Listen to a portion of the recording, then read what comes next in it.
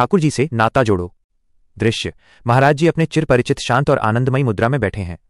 एक भक्त संकोच के साथ अपना प्रश्न रखता है। भक्त: महाराज जी प्रणाम।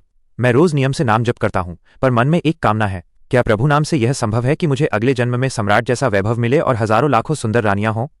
महाराज जी सहज मुस्कान के साथ: देखो भैया, सबसे पहले तो तुम्हें धन्यवाद है कि तुम अपनी कामना लेकर भी मेरे प्रभु के पास तो आए। भगवान ने गीता में 4 तरह के भक्त बताए हैं, उनमें से एक अर्थार्थी है जो संसार के भोग मांगता है। पर विचार करो, तुम मांग क्या रहे हो?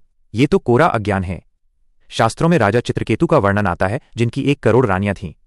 अब सोचो, साल में तो केवल 365 दिन ही होते हैं। वो बेचारे कब रानियों से मिलते होंगे और कब राजकाज करते होंगे? यह वासना रूपी राक्षसी कभी तृप्त नहीं होती।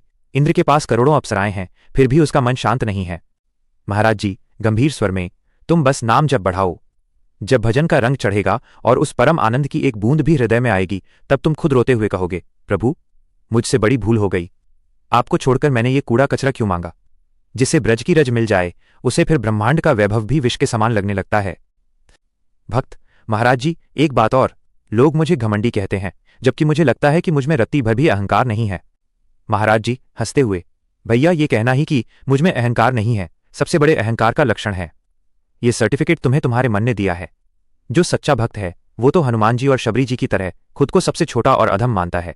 जो खुद को शून्य मान ले, वहीं से गोविंद की कृपा शुरू होती है। भक्त: महाराज जी एक बार एक व्यक्ति ने मुझे पैसे न देने पर श्राप दे दिया कि मेरा अहित होगा। मैं बहुत डरा हुआ हूं। महाराज जी अभय दान देते हुए: डरो मत। जो व्यक्ति धन के लिए किसी को डराए या श्राप दे, वो साधु हो ही नहीं सकता। संत तो वो है जिसके दर्शन मात्र से अमंगल दूर हो जाएं।